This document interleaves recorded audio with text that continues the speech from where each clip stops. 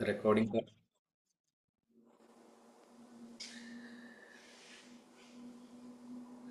ब्रह्मांड नायक, एकमेव सत्य जिवंत देव येशू ख्रिस्त याच्या पवित्र नावामध्ये मी पुन्हा एकवार आपल्या सर्वांचे तारणाचा अनुभव या तत्वाकडं हार्दिक स्वागत करत आहे. या तत्वामध्ये जवळपास आपण 2 आठवडे शिकलेलो आहोत आणि ह्या 2 आठवड्यामध्ये येशू ख्रिस्ताने देवाने आपल्याला पवित्र आत्म्याद्वारे भरपूर काही शिकवलेलं आहे. आजच्या ह्या अभ्यासक्रमाकडं आणि संदेशाकडं जायच्या अगोदर मला एक विचार तुमच्यासमोर मांडायचा आहे आणि तो म्हणजे जे जे लोक ह्या वचनाचा अभ्यास करतील, ज्या ज्या लोकांनी हे वचन जे आहे ते ग्रहण केलेलं आहे, आयुष्यभर तुम्ही ह्या विचारांपासून परावृत्त होणार नाही. कारण की ज्यावेळेस ह्या अभ्यासक्रमाची रचना करण्यात आली त्यावेळेस खूप काळजीपूर्वक हे वचनं जे आहेत हे तुमच्यासमोर मांडण्यात आलेली आहेत. आणि हा फक्त माझाच अनुभव नाही, तर माझे जे मित्र आहेत जे प्रचार करतात ते ज्यावेळेस तारणाचा अनुभव अशा प्रकारे लोकांसमोर मांडतात, एकदा का हे वचन आणि हे सत्य माणसाच्या अंतःकरणामध्ये आलं की आयुष्यभर तो व्यक्ती त्या वचन आणि ते शब्द आणि देवाची वाणी अंतःकरणातून बाहेर काढू शकत नाही. इतका सखोल अभ्यास तुमचा आणि माझा झालेला आहे. याच्यापेक्षा देखील सखोल अभ्यास आपण करू शकतो. पण जेवढं देवाच्या मार्गदर्शनाखाली मला तुम्हाला सांगायचं जमलं तेवढं मी सांगायचा प्रयत्न केलेला आहे. याच्यापेक्षा आणखीन भरपूर सत्य आहे. सत्य कधी संपत नाही. आणि म्हणून आज आपण देवाच्या वचनातून प्रायश्चित याच्याविषयी शिकणार आहोत.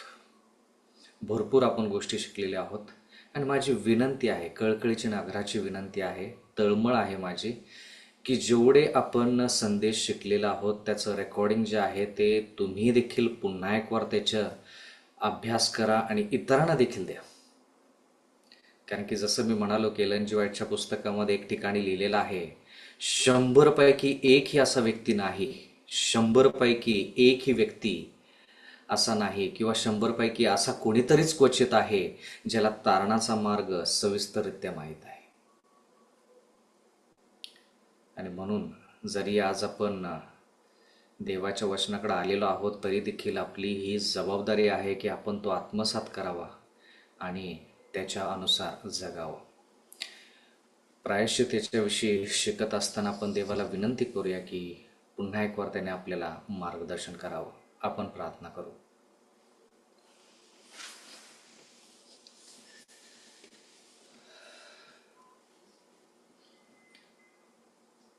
सर्वसमर्थ पवित्र सेनाधीश परमेश्वर देवा, तारणाचा अनुभव ह्या तत्वामध्ये तुम्ही आत्तापर्यंत आम्हाला चालवलं. जो अभ्यासक्रम आम्ही केला तो तुमच्या वचनातून केला. तुमचं वचन शक्तिशाली आहे, ते तुमचा आवाज आहे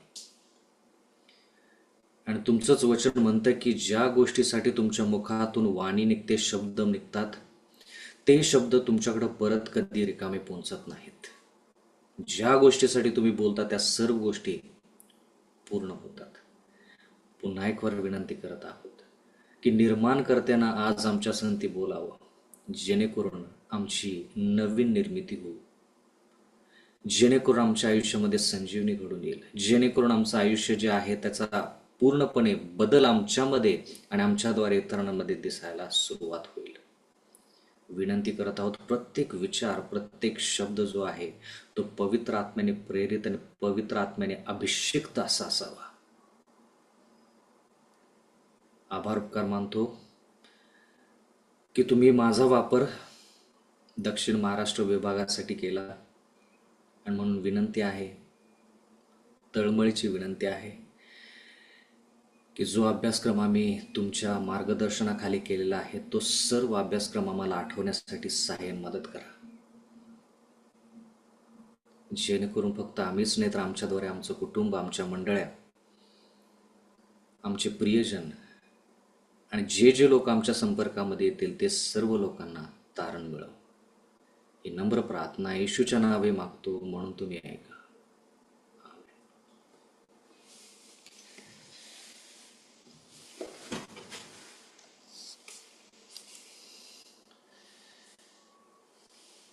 प्रायश्चित किंवा पश्चाताप याच्याविषयी आज आपण महत्त्वाचा विषय शिकणार आहोत. कारण की तारणाचा अनुभव या गोष्टी शिकत असताना, हा विषय हाताळत असताना आपल्याला हे जाणून घेणं गरजेचं आहे की प्रायश्चित करायचं कसं, पाप कसं करायचं ते कोणाला सांगायची गरज नाही, पण प्रायश्चित कसं करायचं हे सर्वांना माहीत पाहिजे. तर ज्यावेळेस आपण प्रायश्चिताविषयी बोलतो त्यावेळेस आपल्या विचारामध्ये किंवा आपल्या अंतःकरणामध्ये एक विचार आला पाहिजे, आणि तो म्हणजे प्रायश्चित करायचं तर ते कोणत्या दृष्टिकोनातून करायचं, स्वतःच्या दृष्टिकोनातून का देवाच्या दृष्टिकोनातून. बंधू आणि भगिनींनो, ज्यावेळेस येशू ख्रिस्त या भूतलावरती होता त्यावेळेस येशू ख्रिस्त प्रायश्चिताविषयी किंवा पश्चातापाविषयी खूप लोकांना सांगत असे. बाप्तिस्मा देणारा योहान देखील ज्यावेळेस तो बाप्तिस्मा द्यायचा त्यावेळेस तो म्हणायचा की प्रायश्चित करा, देवाकडे वळा, कारण की देवाचं राज्य जवळ आलेलं आहे.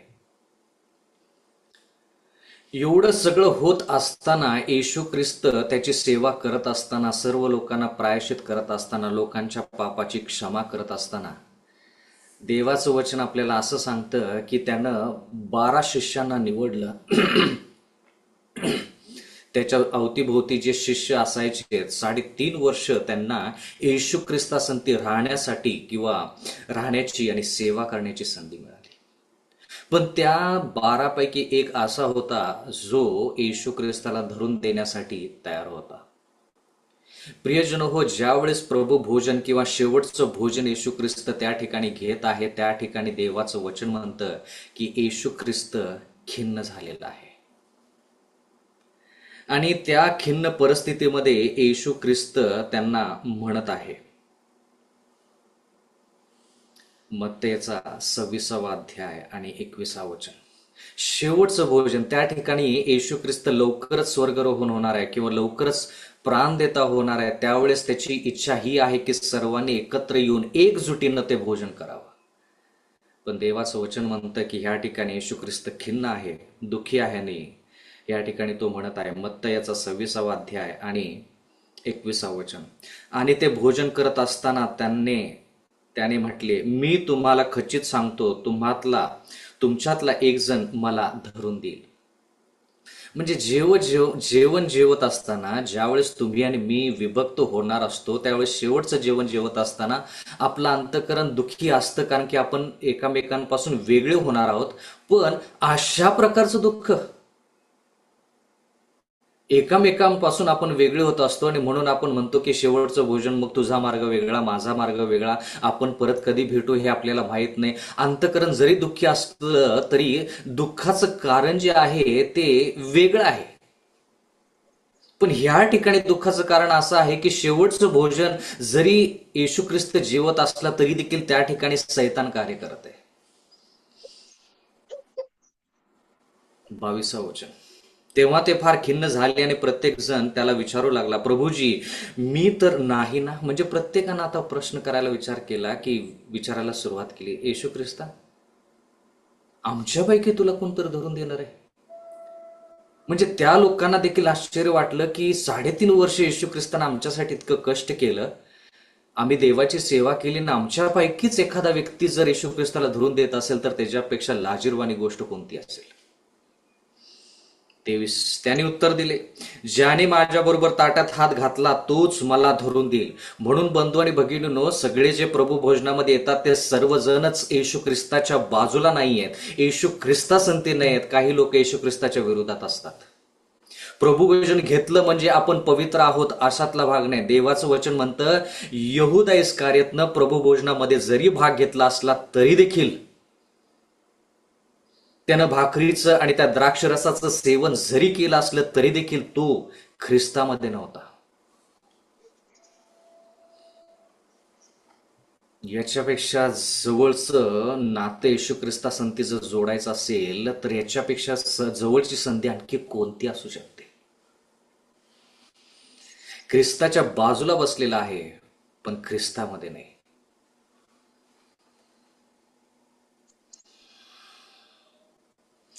24. मनुष्याच्या पुत्राविषयी जसे लिहिले आहे तसे तो जातो खरा, परंतु जो मनुष्याच्या पुत्राला धरून देतो त्या मनुष्याची केवढी दुर्दशा होणार. तो मनुष्य जन्मला नसता तर त्याला बरे झाले असते. देवाचं वचन म्हणतं की यहूदा इस्करियोत जर जन्मालाच आला नसता तर किती बरं झालं असतं. आपण काय शिकत आहोत? प्रायश्चित, पश्चाताप. तर शेवटी ह्या ठिकाणी आपण असं पाहत आहोत की यहूदा इस्करियोत जो आहे त्याला धरून देण्यात यहूदा इस्करियोत जो आहे त्यानं येशू ख्रिस्ताला धरून दिलेला आहे. धरून दिल्यानंतर त्याच्या अंतःकरणामध्ये काय काय गोष्टी घडतात याच्यावरून आपल्याला कळेल की प्रायश्चित म्हणजे काय आणि प्रायश्चित म्हणजे म्हणजे प्रायश्चित म्हणजे काय नाही. म्हणजे थोडक्यात काय, प्रायश्चित कशाला म्हणायचं आणि प्रायश्चित कशाला म्हणायचं नाही. मत्तेचा 27वा अध्याय. प्रातकाळ झाल्यावर सर्व मुख्य याजक व लोकांचे वडील ह्यांनी येशूला जिवे मारण्यासाठी त्याच्या विरुद्ध मसलत केली. सर्व लोक एकत्र आले. सैतान परिपूर्णतेने म्हणजे पूर्णपणे येशू ख्रिस्ताच्या पाठीमाग होता. जर युगानुयुगाची आशा हे पुस्तक तुम्ही वाचलं तर फार चांगल्यारीत्या तिथे लिहिलेलं आहे की येशू ख्रिस्त ज्यावेळेस ह्या भूतलावरती होता त्यावेळेस भूतलावरती बाकीच्या ठिकाणी कमी त्रास संकट होते, कमी वाईट गोष्टी होत्या. का? कारण की सैतान आणि त्याचे पूर्ण दुष्ट दूत जे होते ते सर्वजण येशू ख्रिस्तावरती केंद्रित होते. म्हणून त्या आजूबाजूला बाकीच्या जगामध्ये आजूबाजूला एवढा त्रास नकट नव्हता जितका येशू ख्रिस्ताच्या वरती होता. या ठिकाणी लोक सल्लामसलत करत आहेत की येशू ख्रिस्ताला आता काय करायचंय? जिवे मारायचंय. आणि त्यांनी त्याला बांधून नेऊन सुभेदार पिलात याच्याकडे स्वाधीन केले. 3रं वचन. तेव्हा तो शिक्षा पात्र ठरवण्यात आला असे पाहून त्याला धरून देणारा यहूदा पस्तावला. प्रायश्चित नाही. पस्तावा वेगळं आणि प्रायश्चित वेगळं.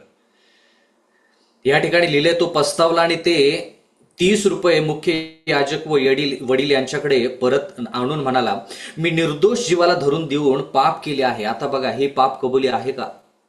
पाप कबुलीविषयी आपण कालच शिकलो, पण ही पाप कबुली आहे का? ह्या ठिकाणी देवाचं वचन तो म्हणतो की मी निर्दोष जीवाला धरून दिलेला आहे, मी पाप केलेला आहे.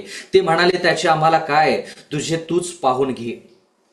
ते लोक म्हणाले, बाबा तू 30 रुपये मागितलेस, 30 रुपये आम्ही तुला दिले, आता तू निर्दोष व्यक्तीला धरून दिलं, दोषी व्यक्तीला धरून दिलं, याचा आणि आमचा काही संबंध नाही, त्याचं तू बघ.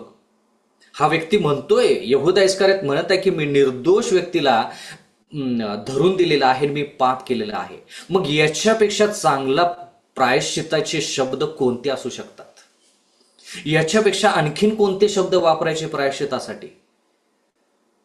पण बंधू आणि भगिनीनो, देवाचं वचन म्हणतं की याला प्रायश्चित म्हणत नाहीत. काय लिहिलंय पुढं? 5वं वचन. मग त्याने ते रुपये मंदिरात फेकून दिले व जाऊन गळफास घेतला. मग जर प्रायश्चित केलं असलं किंवा जर यहूद्यानं खऱ्या अर्थानं जर प्रायश्चित केलं तर मग तो गळफास लावून का घेईल? ज्यावेळेस पेत्र त्यानं येशू ख्रिस्ताला गेत्सेमनी बागेमध्ये मदत करायच्या ऐवजी त्या ठिकाणी सर्वच जे शिष्य होते ते त्या ठिकाणी येशू ख्रिस्ताला नकारतात. मग पेत्र जो आहे तो 3 वेळेस नाकारतो.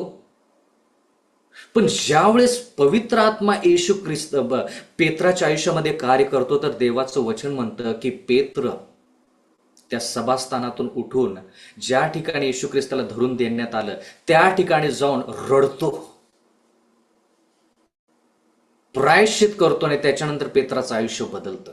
पण ह्या ठिकाणी देवाचं वचन म्हणतं की ज्या वेळेस यहूदा इस्करियोतला असं जाणवलं की त्यानं निष्पाप व्यक्तीचा जीव घेतलेला आहे किंवा त्याच्या विरुद्ध बंड केलेला आहे, धरून दिलेला आहे, आणि त्यावेळेस त्यानं पाप केलेलं आहे. त्यावेळेस देवाचं वचन म्हणतं की त्यानं ते पैसे त्याच ठिकाणी फेकलेले आहेत आणि तो जाऊन गळफास घेतो, म्हणजे आपला जीव संपवतो. मग जर खऱ्या अर्थानं प्रायश्चित केलं तर तो आपला जीव का गमावेल किंवा तो आपला स्वतःचा जीव का घेईल? फार चांगल्यारीत्या याचं विश्लेषण झालेलं आहे बंधू आणि भगिनींनो. देवाचं वचन म्हणतं की याला पश्चाताप म्हणत नाहीत, ह्याला पश्चाताप म्हणत नाहीत. आता हा जो पश्चाताप आहे तो पश्चाताप किंवा ह्याला पश्चाताप म्हणताच येणार नाही. ह्या ज्या गोष्टी जो यहूदा इस्करियोत म्हणाला, तर तो का म्हणाला की मी निर्दोष जीवाला धरून दिलेला आहे, मी पाप केलेला आहे, हे पश्चाताप नसून हे शब्द जर आले तर हे शब्द का आलेलेत? कारण की यहूदा इस्करियोतला कळालं की त्यानं निर्दोष आणि निष्पाप व्यक्तीला धरून दिलेला आहे आणि त्याचा परिणाम काय आहे? सार्वकालिक जीवनापासून परावृत्त होणे किंवा सार्वकालिक नाश. हे ज्यावेळेस यहूदा इस्करियोतच्या लक्षात आलं तर तो नाश आपल्यावरती येऊ नये. जरा लक्ष द्या, त्या नाशामध्ये म्हणजे त्या अग्नी आणि गंधकामध्ये आपला नाश होणार आहे हे ज्यावेळेस यहूदा इस्करियोतला कळालं त्यावेळेस तो म्हणाला की अशा प्रकारचा नाश माझ्यावरती होऊ नये, म्हणून त्यानं पापाची कबुली केली.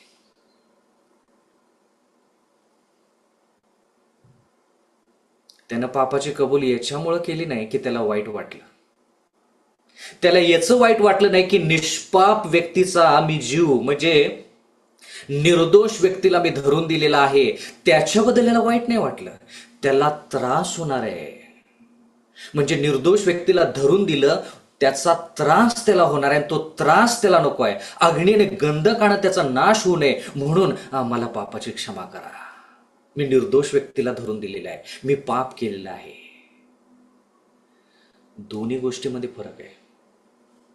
प्रायश्चित म्हणजे तुम्हाला आणि मला येशू ख्रिस्ताला वधस्तंभावरती आपल्या पापामुळं प्राण द्यावा लागला, आणि तो प्राण द्यावा लागला म्हणून आपल्याला वाईट वाटतं का? येशू ख्रिस्तावरती आपण जर विश्वास ठेवला नाही तर आपला अग्नी आणि गंधकाने नाश होईल, आणि अग्नी आणि गंधकाने नाश होत असताना मला त्रास होईल, मला वेदना होतील, मला त्या वेदना नको म्हणून आपण पापाची क्षमा मागत आहोत. दोन्ही गोष्टी फार फरक आहेत. जर एखादा व्यक्ती खरंच त्याला अंतःकरणामधून वाटतं की त्यानं येशू ख्रिस्ताचा बळी घेतलेला आहे, त्याच्या पापामुळे येशू ख्रिस्त प्राण देता झाला आणि येशू ख्रिस्ताची ती तळमळ त्याला सहन होत नाही, आणि म्हणून तो म्हणतो देवा इथून पुढं मी पाप करणार नाही, मी माझं अंतःकरण तुला देतो, त्याला खरा प्रायश्चित म्हणायचं.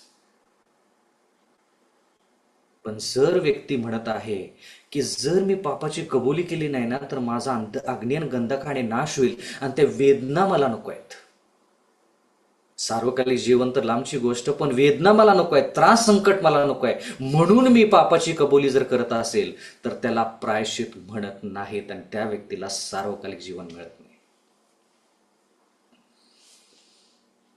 ज्यावेळेस कल्पना करा, एक उदाहरण घ्या की एक तरुण मुलगा, त्याला तुम्ही 2 चाकी गाडी देता आणि तुम्ही त्याला म्हणता की महाविद्यालयामध्ये ज्या ठिकाणी तू शिक्षण घेत आहेस त्या कॉलेजमध्ये, त्या महाविद्यालयामध्ये वेळेवरती जावंस आणि वेळेवरती घरी यावंस म्हणून मी तुला ही गाडी खरेदी करून देत आहे.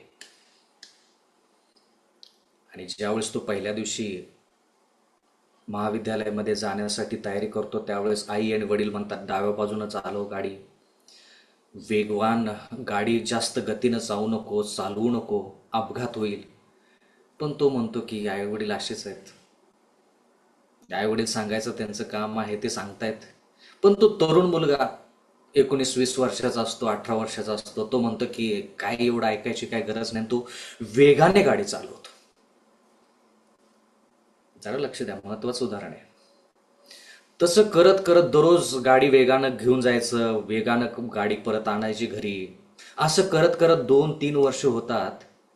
तुम्हाला वाटतं का की तो प्रत्येक वेळेस ज्यावेळेस वेगानं गाडी चालवतो त्यावेळेस तो देवाकडे जातो आणि म्हणतो देवा मला क्षमा कर, मी वेगानं गाडी चालवली? नाही करत. तो म्हणतो आई वडील आहेत, आई वडील सांगायचं त्यांचं काम करतील, मी तरुण आहे, मला माहित आहे. आईवडिलांना तो म्हणतो, मला माहित आहे ना गाडी चालवायची, मला सांग गाडी चालवायची कशी आहे, तुम्ही सांगायची गरज नाही. आईवडिलांतर बघ बाबा, आम्हाला सांगायचं कर्तव्य होतं आमचं, आम्ही सांगितलं, आमचं मन राहिलं नाही, आमचं अंतकरण जे आहे ते तुझ्यासाठी आहे.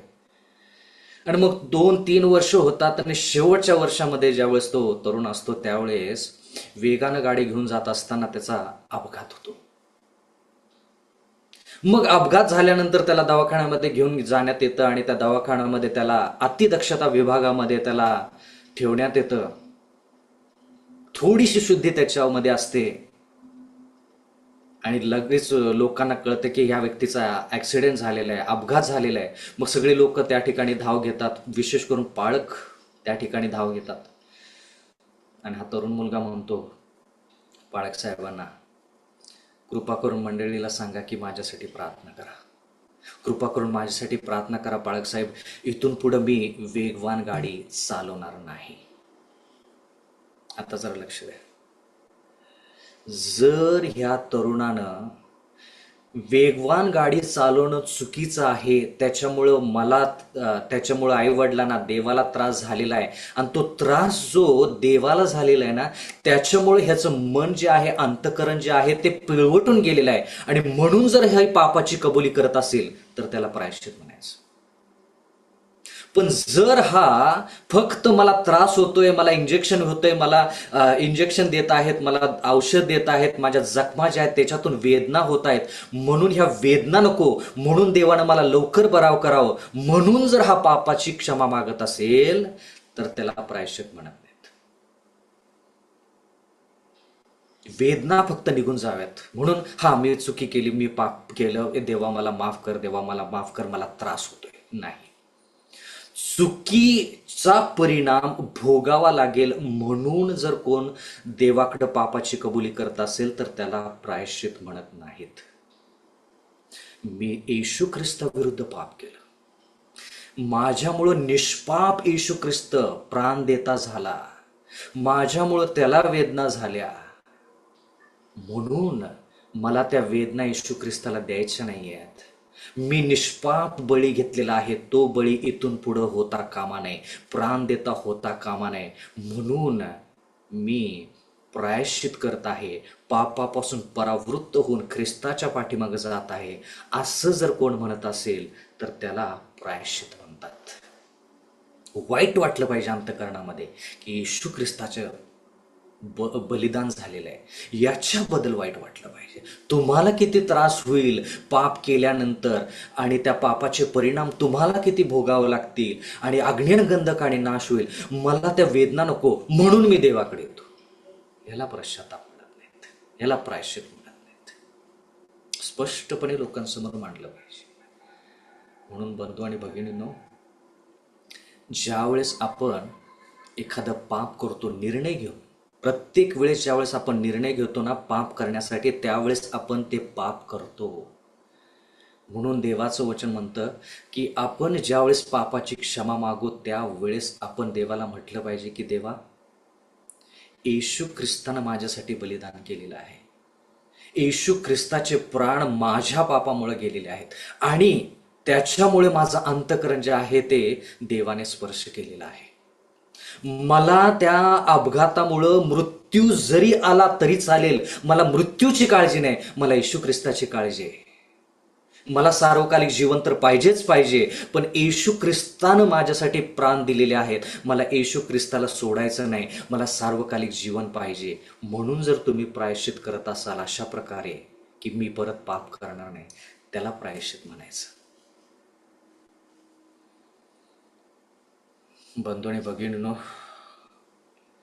कल्पना करा की एक व्यक्ती आहे जो मद्यपान करतो, म्हणजे दारू पितो, आणि लोक त्याला सांगतात ते मद्यपान करू नको, चुकीचं आहे, त्याच्यामुळं खूप वाईट गोष्टी होतात, आणि त्याला माहित आहे की ते पाप आहे. स्वतःच्या जीवासंती खेळायचं, लेकरांसंती, आई वडील आणि सगळ्यांसंती खेळायचं, आयुष्यासंती खेळायचं, आणि देवाच्या विरोधात जायचं, हे त्याला माहित आहे की ते पाप आहे. तरी देखील तो काय करतो, मद्यपान करतो. आणि एक दिवशी त्याच्या मित्रांसंती तो मद्यपान करत असताना अचानक त्याला पोटामध्ये दुखायला लागतं आणि त्याला दवाखान्यात घेऊन जातात. दवाखान्यामध्ये डॉक्टर जे आहेत त्याची चाचणी करतात आणि म्हणतात की बाबा तुमचं यकृत म्हणजे लिव्हर, यकृत तुमचं खराब झालेलं आहे आणि तुम्ही जास्त वेळ टिकणार नाही. मग तो लगेच पालकांना बोलवतो, वडील लोकांना बोलवतो आणि म्हणतो माझ्यासाठी प्रार्थना करा, माझ्यासाठी प्रार्थना करा. जरा लक्ष द्या. जर तो मद्यपान करणारा व्यक्ती म्हणत असेल की मी देवाच्या विरोधात गेलो आहे आणि निष्पाप देवाच्या कोकऱ्याचा प्राण घेतलेला आहे माझ्या पापामुळे,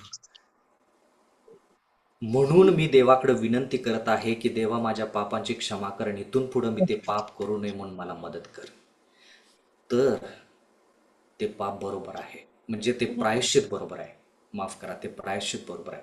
पण जर तो व्यक्ती म्हणत असेल की नाही आता डॉक्टरने सांगितलं की मी जगणार नाही, मला जगायचंय, मला जगायचंय, पाप केल्याविषयी त्याला काही घेणं देणं नाही, चुकी केली त्याचं काही घेणं देणं, त्याला कशाशी घेणं देणं आहे, मला त्रास व्हायला नको, माझा प्राण जाता कामा नये, माझा अग्नीन गंधकाने नाश होऊ नये, म्हणून जर तो म्हणत आहे की हा मी पापाची कबुली करतो, पापाची कबुली करतो, पापाची कबुली करतो, आणि म्हणून तो पापाची कबुली करत असेल तर त्याला प्रायश्चित म्हणत नाहीत. मग डॉक्टर म्हणतात की ठीक आहे आम्ही उपचार करतो तुमच्यावरती, बघा जरा, उपचार करतो आणि उपचार केल्यानंतर तो बरा होतो.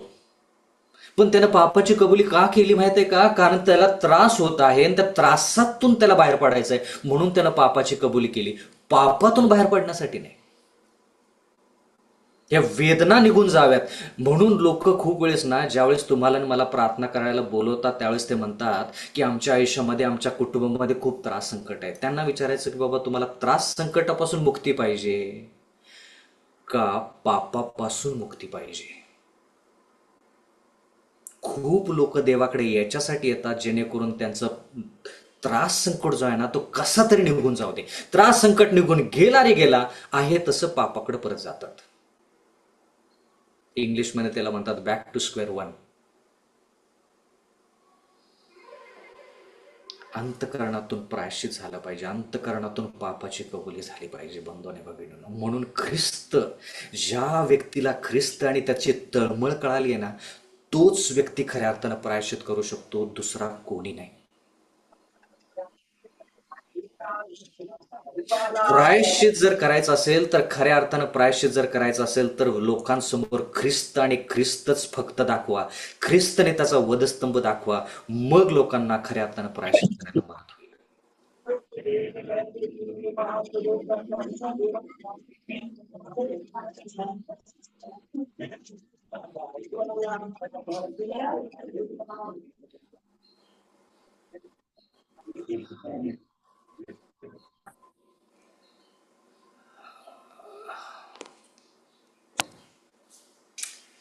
प्रियजन प्रियजन हो,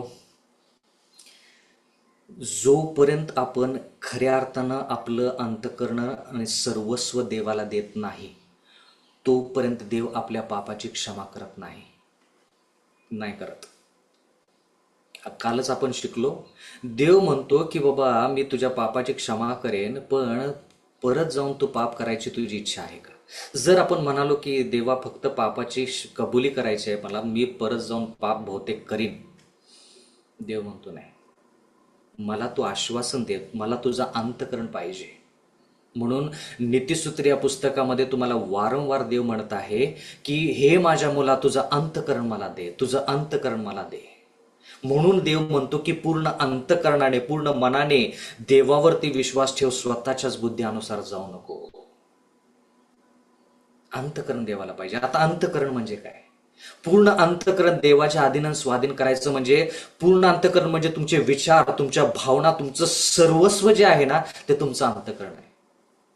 आणि जोपर्यंत ते अंतकरण तुम्ही आणि मी देवाच्या अधीन स्वाधीन करत नाही तोपर्यंत खऱ्या अर्थानं प्रायश्चित आणि पश्चाताप आपण करत नाही. आता अंतकरण म्हणजे काय ते आपण थोडक्यात वाहूया. कारण की अंतकरण जर देवाला वाहून दिलं नाही तर प्रायश्चित नाही, पापाची माफी होणार नाही, सार्वकालिक जीवन नाही, पवित्रता नाही. तर पूर्ण अंतकरण देवाला देणं म्हणजे तुमचे विचार जे आहेत, तुमच्या भावना ज्या आहेत, तुमचं सर्वस्व जे आहे ते तुमचं अंतकरण असतं. आता उदाहरणार्थ कल्पना करा की तुम्हाला आणि मला एक मोह होतो. तो मोह म्हणजे खोटं बोलण्याचा मोह. सैतान एका बाजूला म्हणतो की एक वेळेस खोटं बोल, त्याच्यानंतर तुला आयुष्यभर खोटं बोलायची गरज नाही, तुझं आयुष्य भरभराटीचं आणि वैभवशाली होईल, ऐश्वर तुझ्या आयुष्यामधील, फक्त एक वेळेस खोटं बोल. येशू ख्रिस्त ह्या बाजूला म्हणत असतो की खोटं बोलू नको, खोटं बोलशील तर पाप होईल आणि त्याच्यामुळे सार्वकालिक जीवन जाईल. सैतान एका बाजूला आणि ख्रिस्त एका बाजूला असतो. निर्णय तुम्हाला घ्यायचा असतो. दोघंही तुमच्यासाठी निर्णय घेत नाहीत.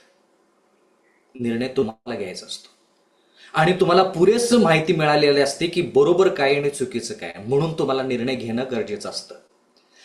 त्या क्षणाला परत एकदा खोटं बोल असं सैतान म्हणत असतो, देव म्हणत असतो की खोटं बोलू नको. त्या क्षणाला तुम्ही जो निर्णय घेता त्याला म्हणायचं तुमचं अंतःकरण. त्या क्षणाला जर मी निर्णय घेतला की मला खोटं बोलायचं तर मी खोटारडा आहे, प्रश्न मिटला. मी किती दशांश अर्पण देऊ दे, मी किती देवाचं वचन सांगू दे आणि किती देवाची वाणी ऐकू दे आणि किती काही करू दे, मी खोटा आहे आणि माझं अंतःकरण जे आहे ना ते तसंच आहे. म्हणून नीतिसूत्र या पुस्तकामध्ये लिहिले, जसा तुम्ही अंतःकरणामध्ये विचार करता तसे तुम्ही आहात.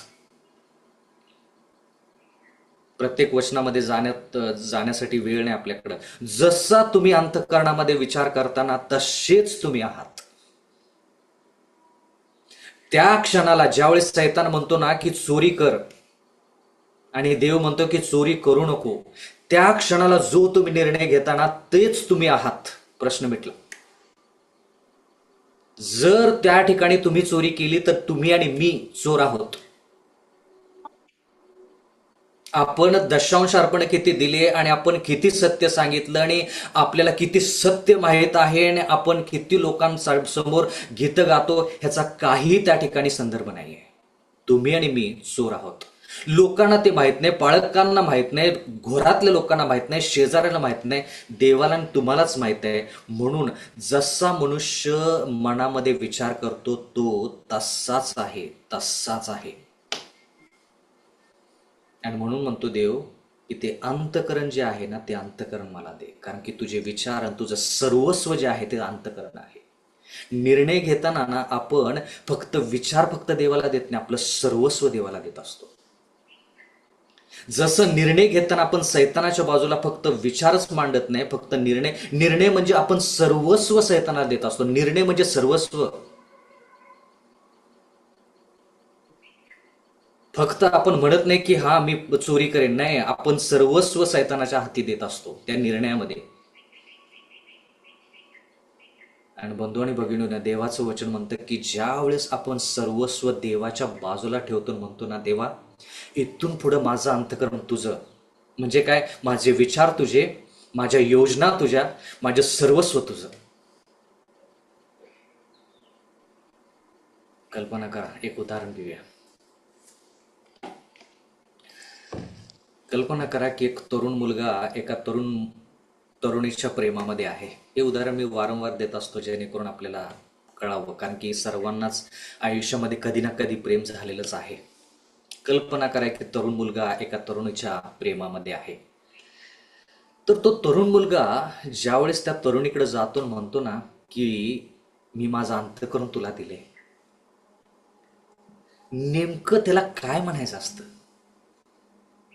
त्याने त्याचे विचार तिला दिलेले आहेत, त्याच्या भावना ज्या आहेत ना तिच्याशी निगडीत आहेत. म्हणजे जर तो घर बांधत असेल ना तर त्या घरामध्ये घर बांधत असताना तो तिच्याविषयी विचार करेल की स्वयंपाक खोलीमध्ये ज्यावेळेस ती काम करेल त्यावेळेस ती स्वयंपाक खोली जी मी आज बांधत आहे ती तिला आवडेल का? जी झोपायची खोली आहे ती झोपायची खोली त्या तरुणीला आवडेल का? एवढा विचार तो करत असतो. का? त्यानं सांगितलेलं असतं तिला की माझं अंतःकरण जे आहे हे तुला मी दिलेलं आहे, माझं हृदय मी तुला दिलेलं आहे. त्याचा अर्थ तो झाला. जर तो म्हणत असेल की मी शरीर सृष्टी केली पाहिजे, चांगलं शरीर कमवलं पाहिजे, व्यायाम शाळेमध्ये जातो ना त्यावेळेस तो तिच्याविषयी विचार करत असतो की चांगलं माझं शरीर पाहिजे आणि ते शरीर तिला आवडेल का? जर तो नोकरी करत असेल ना तर ती नोकरी करत असताना तो विचार करतो की ही नोकरी तिला आवडेल का? एवढा पगार आहे ना माझा, हा पगार तिला आवडेल का? कारण की मी तिला सांगितलंय की माझं अंतःकरण जे आहे हे मी तुला दिलेलं आहे.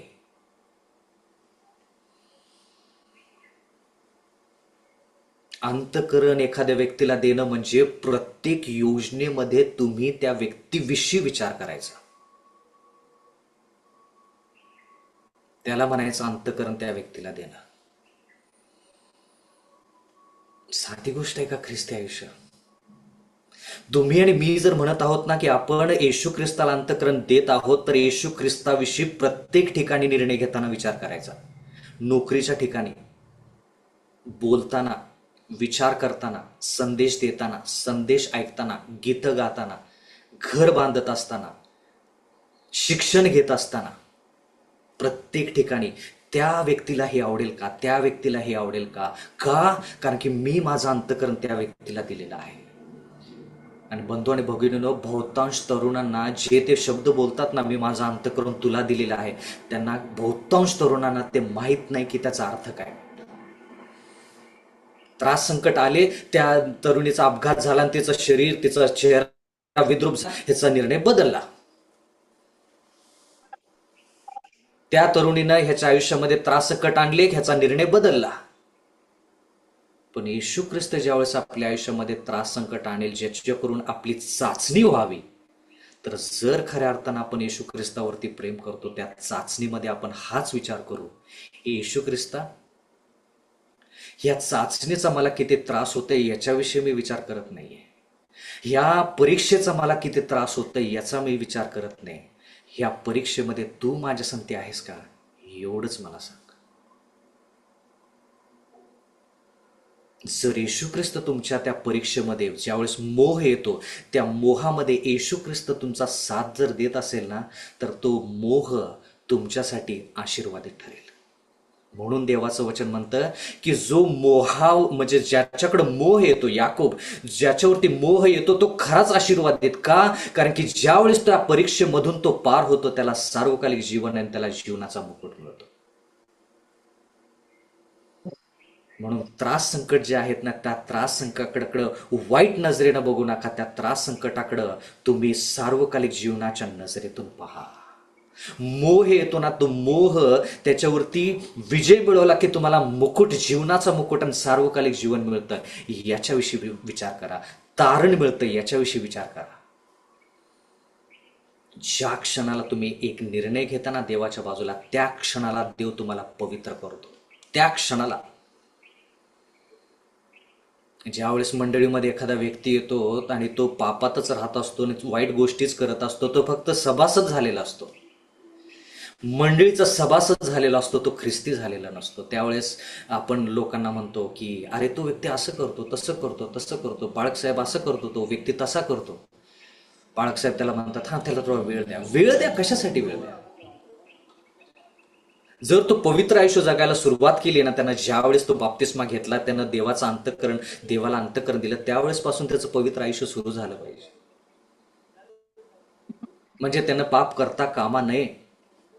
आणि जर पाप केलं तर त्यानं निर्णय घेऊन पाप केलेला आहे. परत प्रायश्चित करायचं, परत अंतःकरण देवाला द्यायचं, परत देवाला म्हणायचं की देवा, इथून पुढे मला पाप करायचं नाही.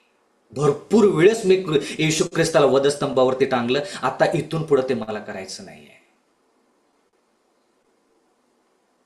कल्पना करा की देवाच्या वचनामध्ये असं देव म्हणत असेल, कल्पना करा, लिहिलेलं नाहीये पण कल्पना करा, ज्या ज्या वेळेस तुम्ही पाप कराल, त्या त्या वेळेस तुमची आई आणि तुमच्या वडिलांना वधस्तंभावरती खिळलं जाईल, त्यांना खिळे ठोकले जातील, त्यांच्या हातात आणि पायात, आणि त्यांना वधस्तंभावरती प्राण द्यावे लागतील तुमच्या पापामुळे. किती जण आपण पाप करू? करल का आपण पाप? किंवा तुमचे लेकरं जे आहेत, ज्यांना तुम्ही लहानाचं मोठं केलं, तुम्ही पाप केलं की त्या लेकरांना वधस्तंभावरती त्यांना प्राण द्यावं लागते. करल आपण पाप? नाही करणार. का? कारण की आई वडिलांना झालेले वेदना, लेकरांना झालेले वेदना आपल्याला सहन होणार नाहीत. का? आपण त्यांच्यावरती प्रेम करतो, आपलं नातं घनिष्ठ आहे त्यांच्यासाठी. ते जर रडतील तर आपल्याला ते दिसेल.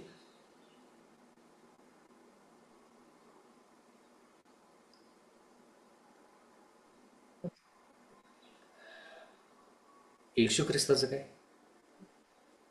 येशू ख्रिस्तासंती तसं नातं नाहीये म्हणून येशू ख्रिस्ताला वधस्तंभावरती खेळलं तर चालेल?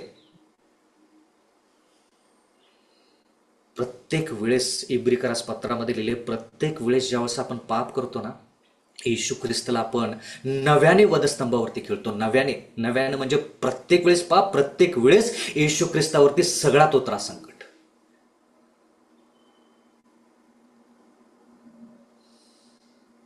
अजून किती संदेश पाहिजेत आपल्याला?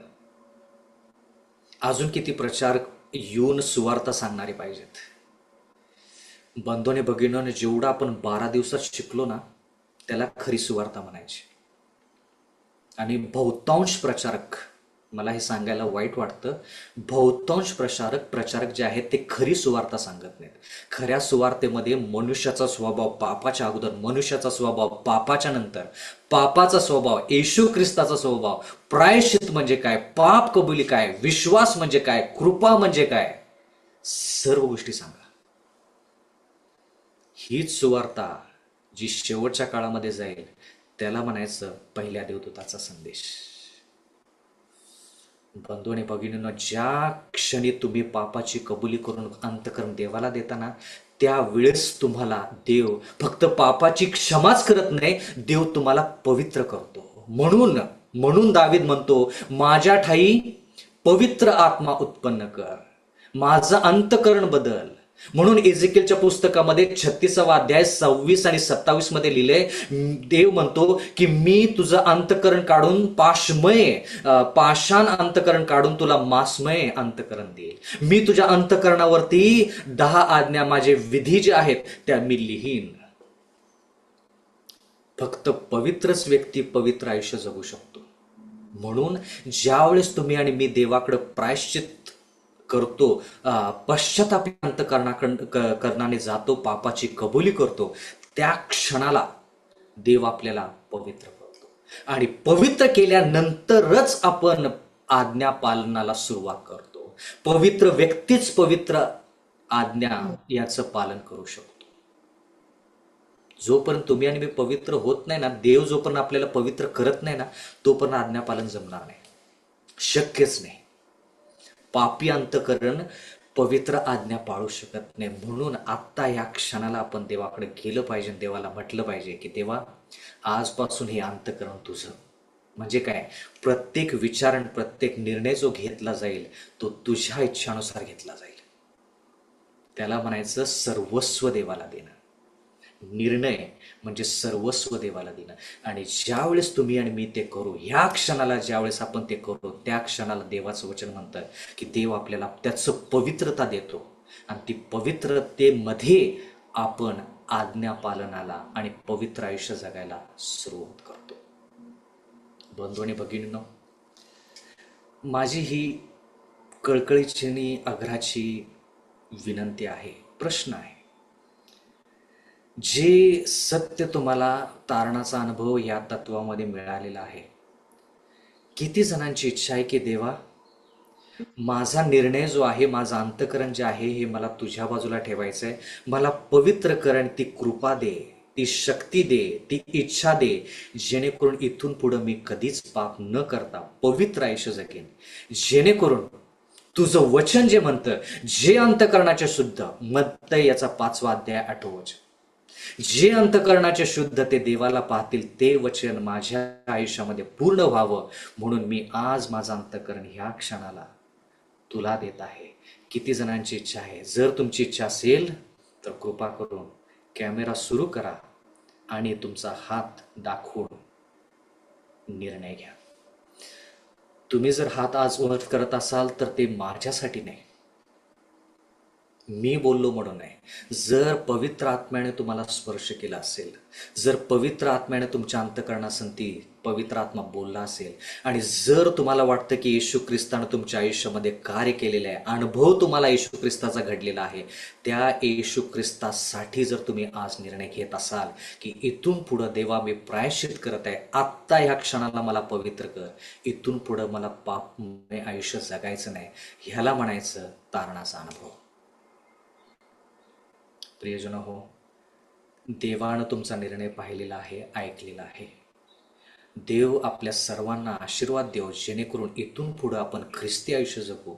जेणेकरून ज्यावेळेस येशू ख्रिस्त येईल त्यावेळेस तो म्हणेल, हे माझ्या विश्वासुदासा, तू पवित्र आयुष्य जगलास. तुझी जागा ह्या भूतलावरती नाही, तुझी जागा स्वर्गाच्या राज्यामध्ये आहे. आणि आपण येशू ख्रिस्तासंती त्या स्वर्गीय राज्यामध्ये जाणार आहोत, ज्या ठिकाणी मरण नाही, ज्या ठिकाणी दुःख नाही, ज्या ठिकाणी आजार नाही. आणि आपण त्या ठिकाणी सदा सर्व काळासाठी येशू ख्रिस्तासंती असणार आहोत. परमेश्वर आपणा सर्वांस आशीर्वाद देवो. आमेन.